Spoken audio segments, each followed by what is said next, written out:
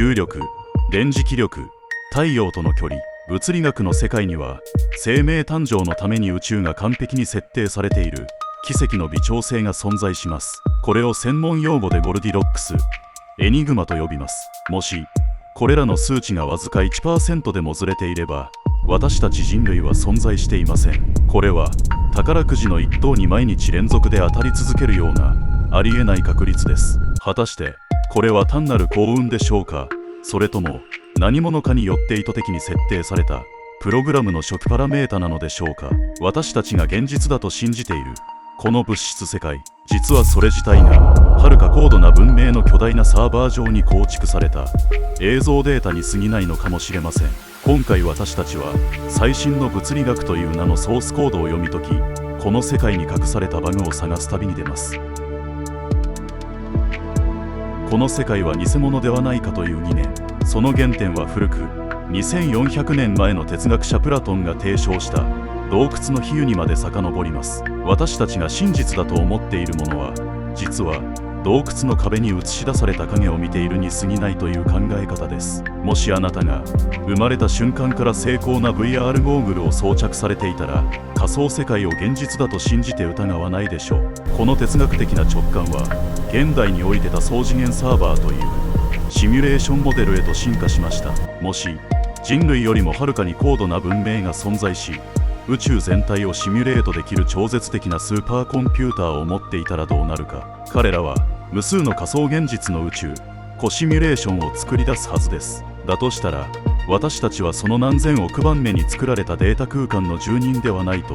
一体誰が言い切れるのでしょうか。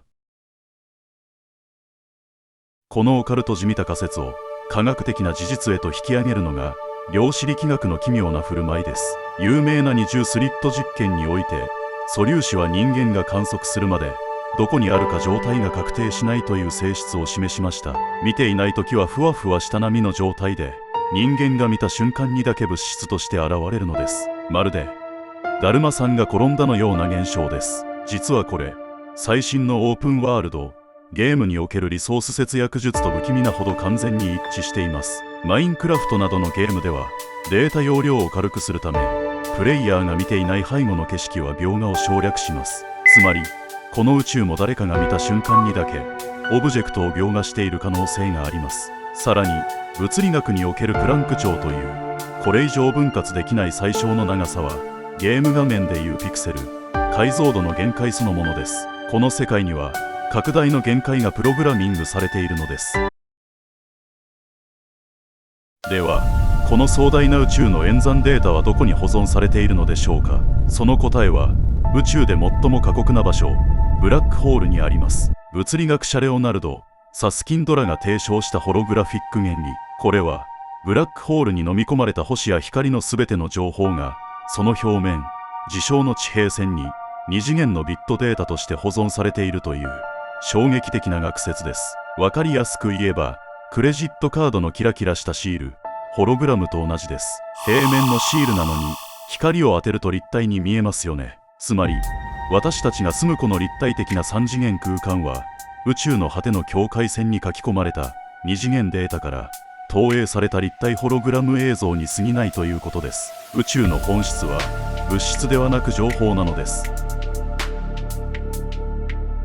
最後に哲学者ニック・ボストロムが提示した回避不能な三段論法をご紹介します。人類はシミュレーション技術を完成させる前に自滅する。技術が完成しても倫理的な理由でシミュレーションを行わない。私たちはほぼ確実にシミュレーションの中に住んでいる。もし人類が将来宇宙を模倣する技術を持つなら、パソコンの中で作られる仮想の地球は数億個に上ります。現実の地球は一つだけです。だとすれば、あなたが今たまたまその唯一の現実世界にいる確率は数億分の1。数学的に計算すれば確率はほぼゼロなのです。この世界が何者かのプログラムだとしたら、あなたは日常でバグに気づいたことはありませんか？説明のつかない既視感、デジャブ、論理的に矛盾した偶然。もしあなたがこの世界のソースコードのほころびを見つけたなら、ぜひコメント欄で報告してください。あなたのその報告がこの世界の正体を暴く次の鍵になるかもしれません。これからも全巻チャンネルでは未知を探る思考実験やオールドメディアが報じないことなどを取り上げ、皆さんという司令官たちへの総合判断の一材料として励んでまいります。ご視聴ありがとうございました。